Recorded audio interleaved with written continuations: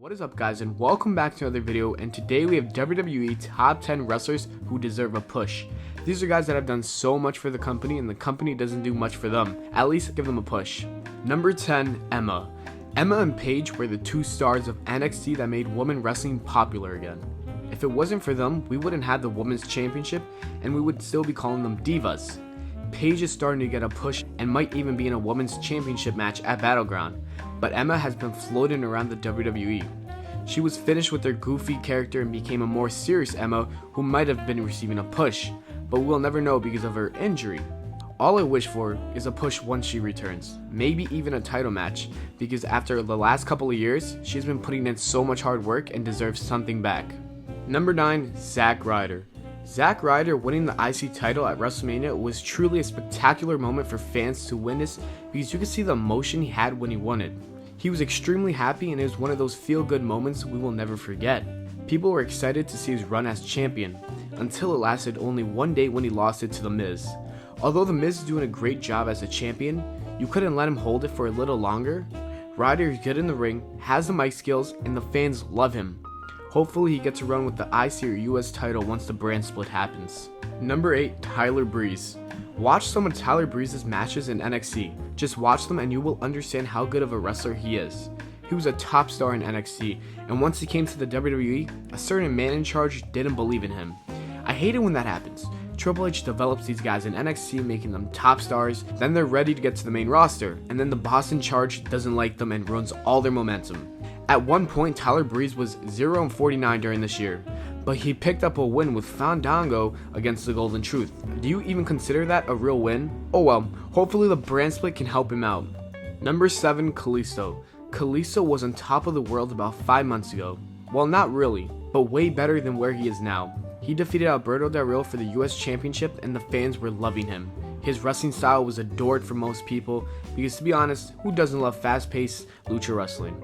Soon after losing his title to Rusev, which I think was a great choice, Kalisto sort of just floated and is now back to his unsuccessful tag team with Sin Cara known as Lucha Dragons. When is Vince going to realize that team is done and needs to break up with Sin Cara turning heel? The Cruiserweight Championship would be great for Kalisto and they can make that division great again. Number 6, Neville. Neville is currently out of action with an injury, but before he was injured, he wasn't doing anything. He wasn't fighting for any title and he really wasn't in a feud. A prime example why he deserves a push is because if you look at his title match against Seth Rollins on Raw, you can tell he has talent. And when he almost won the title, the fans were in love hoping he would. Neville puts on great matches, and people love him. The only thing holding him back is mic skills, but that could easily be fixed with the manager. Number 5, Becky Lynch. Becky Lynch is one of my favorite women wrestlers of all time.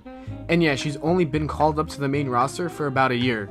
Becky Lynch has all it takes to become a women's champion. She has the charisma, the wrestling skills, and she is pretty good on the microphone. Her WrestleMania match was the most anticipated match at this year's Mania. As soon as that ended, instead of giving her a one-on-one feud with Charlotte over the title, they gave that feud to Natalya.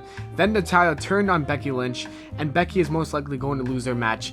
What's worse is last SmackDown, she lost to Dana Brooke. Clean. Dana f***ing Brooke pinned her. Fuck you to whoever wrote that.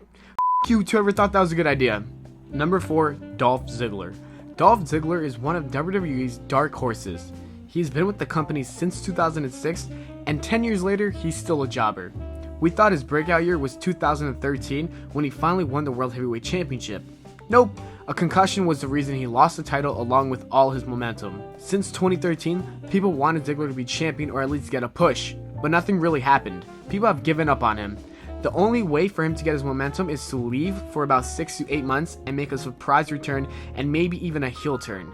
But he also might have to be the top dog during the brand split. Let's just hope him and Baron Corbin are drafted on different shows, guys. Number 3, Enzo and Big Cass.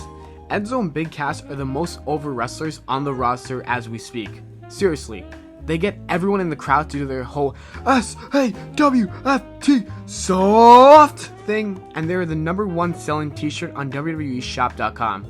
Why aren't these guys the tag champions? Why aren't these the guys to take the titles away from the New Day?